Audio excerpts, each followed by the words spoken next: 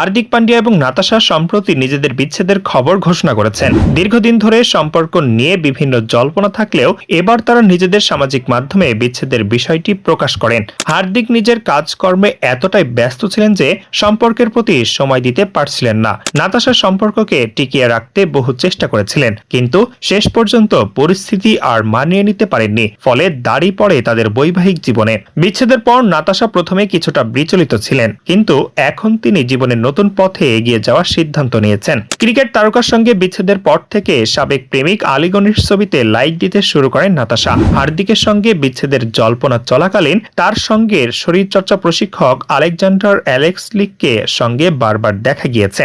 যদিও পরে শোনা যায় আলেকজান্ডারের সঙ্গে কেবল বন্ধুত্বের সম্পর্ক নাতাশার। যদিও এবার নাতাশা জানালেন ফের প্রেমে পড়তে রাজি তিনি, যদিও কেমন মানুষ পছন্দ তা জানাননি, সেটা নাকি গুরুত্বপূর্ণ নয়, বরং প্রেমে পড়ার অনুভূতিটাই আসল। নাতাশার কথায়, আমি প্রেমে পড়া বিরোধিতা করি না, জীবনের পথে যাই আসুক না কেন আমি তাকে জড়িয়ে বাঁচতে চাই। আমি বিশ্বাস করি সঠিক সময় সঠিক সম্পর্ক তৈরি হয়। আমি অর্থপূর্ণ সম্পর্ককে মূল্য দেই।